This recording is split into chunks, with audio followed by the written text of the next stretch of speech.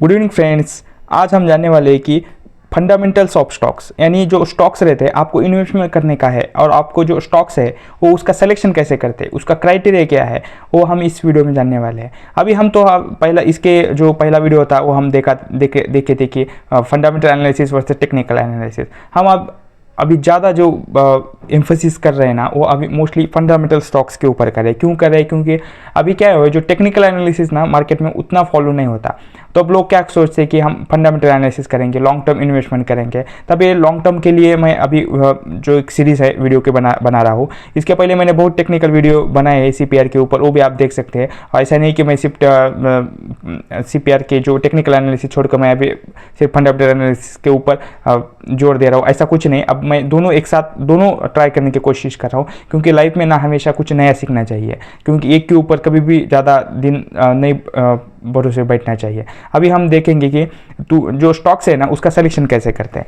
How to choose best stocks for investment, ये अपना पहला इसका क्राइटेरिया है। अब इसमें क्या है, जब आपको एक अधिक कंपनी चूज करते तब आपको क्या देखने का है। सबसे पहले आपको कंपनी का नाम देखना है कि नाम कौन सी कंपनी है, कौन सी इसमें लिस्टेड है, NSE में लिस्टेड है, BSE में लिस्टेड है, वो आपको देखने का है। उसके बाद आपको क्या देखने का है कि जो कंपनी का जो क्या करती है कंपनी, यानी कंपनी का जो स्मॉल कैप है, मिड कैप है या लार्ज कैप है, वो आपको देखने का है। और जो मोस्टली है ना, आपको जो कौन सा भी कंपनी में आप सिलेक्शन करते हैं ना, तब आपको क्या करने का है, जो स्मॉल कैप या मिड कैप कंपनी आपको ज़्यादा से ज़्यादा चूज करनी है। क्यों? क्योंकि जो ये इसमें ना पोटेंशियल ज़्यादा रहता है ऊपर जाने में, और उसमें ग्रोथ ज़्यादा रहते हैं। समझो आपने एक लार्ज कैप कंपनी में इन्वेस्टमेंट किया है, तो उसमें बहुत कम चांसेस रहते हैं कि और ऊपर जाएगी कंपनी और ग्रोथ करेगी।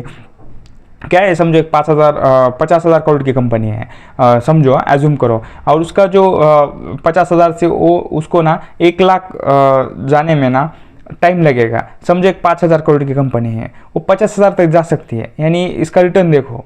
और जो 50,000 करोड़ की कंपनी है उसका रिटर्न देखो 1 लाख तक जाने में। उसकी वजह से मोस्टली आपको ना स्मॉल कैप या मिड कैप या माइक्रो कैप कंपनी में इन्वेस्टमेंट करने का है। और ये जो है ना, उसमें आपको क्या देखने का है, सबसे पहले आपका ये पहला पॉइंट है, वो कंपनी के जो उसके ऊपर डेप्ट क्या है वो भी देखने का है कि डेप्ट यानी जो लोन है, जो कर्ज बोलते हैं हम उसको, उस कंपनी के ऊपर कितना कर्जा है।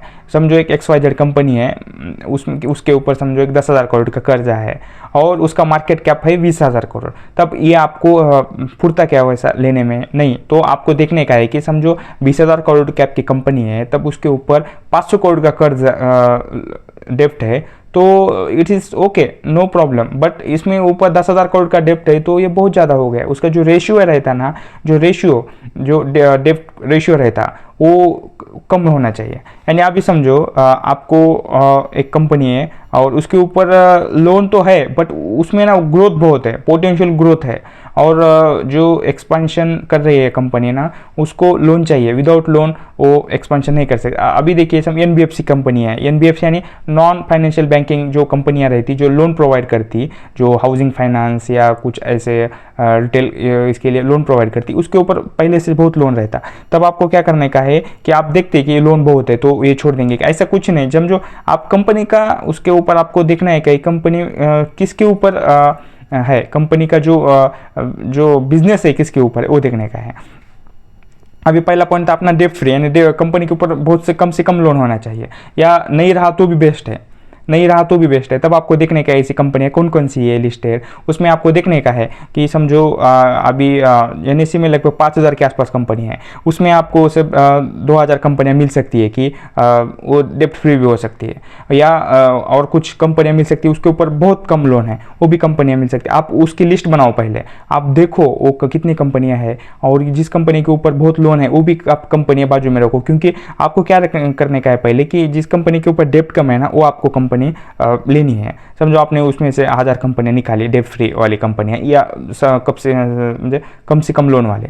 अब आपको क्या करने का है, उसमें बिजनेस मॉडल ऑफ कंपनी, यानी सेकंड पॉइंट अपना क्या है, ये बिजनेस मॉडल ऑफ कंपनी है। कंपनी का बिजनेस क्या है वो देखने का है कि कंपनी जो कारोबार करती, कौन से बिजनेस में कारोबार करते, यानी वो जो है अभी समझो बहुत टाइप में बिजनेस रहते हैं, जैसे कुछ कंपनियां हैं कार मैन्युफैक्चरिंग से है, कुछ अपने डेली जो प्रोडक्ट है FMCG उसमें है कुछ कंपनियां, या कुछ कंपनियां हैं जो कि ऑटोमोबाइल एंसिलरीज में है कुछ कंपनियां, या टेलीकॉम में है कंपनियां, या सोलार में है, या ऐसे आप देख सकते हो कि कौन कौन से सेक्टर में कंपनी है, यानी उसका बिजनेस क्या है। और वो जो बिजनेस है वो कंपनी में जो बिजनेस है कंपनी का वो कैसा चल रहा है वो आपको देखने का है कि समझो पॉजिटिव है बिजनेस या उसमें ग्रोथ कितनी है वो आपको देखने का है।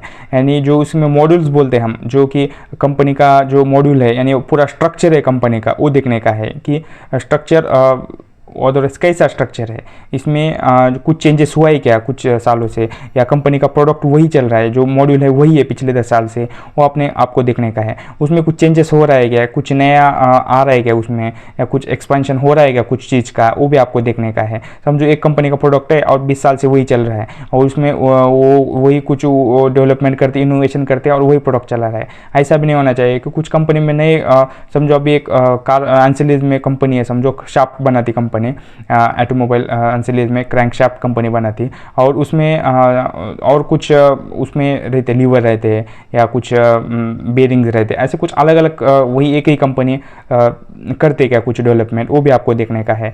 समझो ऐसा करते कुछ और है तो उसको हम देखने का है कि उसमें क्या क्या है। और थर्ड पॉइंट जो है आपको प्रोडक्ट इन्फॉर्मेशन, समझो अभी मैंने आपको अभी बोला कि जो समझो एक कंपनी एक कैमशाफ्ट बनाती है, उसमें आपको देखने का है प्रोडक्ट इन्फॉर्मेशन है, यानी कंपनी का जो प्रोडक्ट्स है उसके बारे में इंफॉर्मेशन है। कैमशाफ्ट जो बनाती है उसमें कितनी कंपनियां हैं लिस्टेड, उसमें दो कंपनियां हैं, 3 कंपनियां हैं, वो भी आपको देखने का है। समझो उसमें 20 कंपनियां हैं और आप देख रहे हैं कि ये कंपनी अच्छी है, ये हम देखेंगे, ऐसा नहीं है। इसमें कम से कम पेयर्स कंपनी होनी चाहिए, यानी जो कंपैरिजन वाली कंपनियां हैं कम होनी चाहिए, क्योंकि उसमें जितने कम रहेंगे ना उसमें उतना ग्रोथ पोटेंशियल ज़्यादा रहेगा।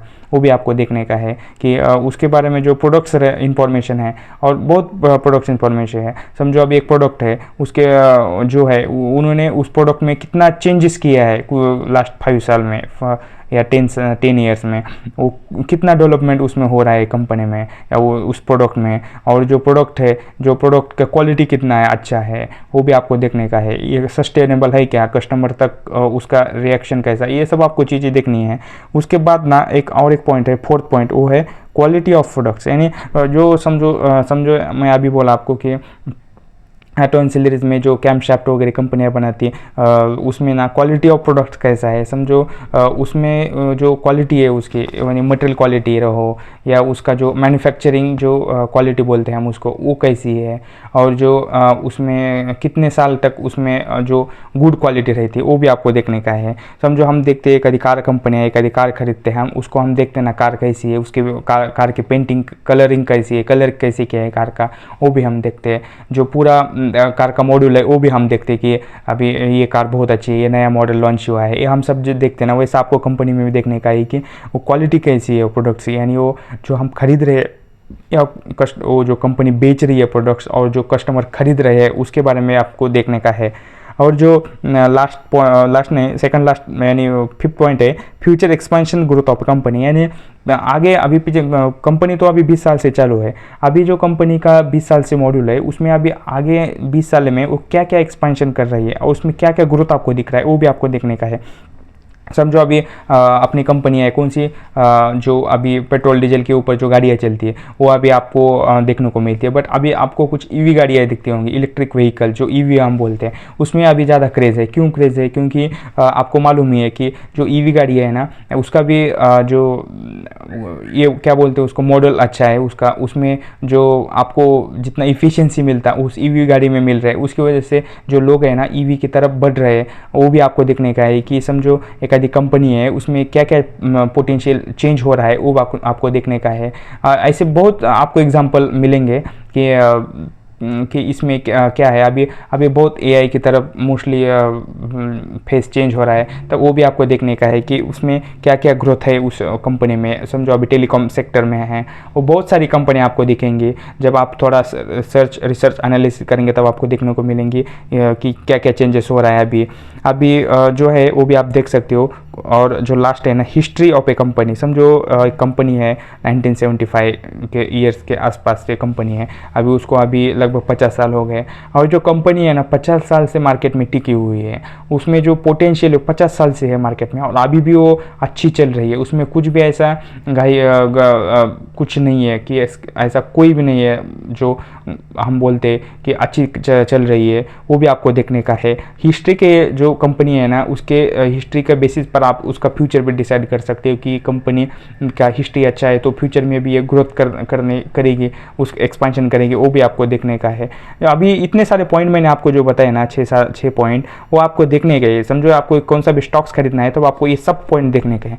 ऐसा नहीं है कि इसमें और भी कुछ पॉइंट हो सकते हैं, वो भी आप देखिए, ऐसा नहीं सिर्फ यही पॉइंट है, इसमें और भी कुछ पॉइंट हो सकते हैं, लेकिन मैंने मेजर जो पॉइंट है मैंने आपको इधर बताने की कोशिश की है। अभी आप देखिए, और आपको कुछ डाउट भी रहा, दिक्कत रही तो आप कमेंट करके बता भी सकते हो। और ऐसा नहीं है कि सिर्फ ये कंपनियाँ ये रिकमेंडेशन, ऐसा कुछ नहीं, आप आपके हिसाब से करो, आपके हिसाब से इन्वेस्टमेंट करो, और जो स्टॉक्स आप भी खरीदते हैं वो सब सोच समझ कर करो। ऐसा नहीं रिकमेंडेशन है मेरा, कुछ भी नहीं है, आप स्टडी करो, उसके बाद में आप इन्वेस्ट करो। तो thank you guys for watching this video, thank you.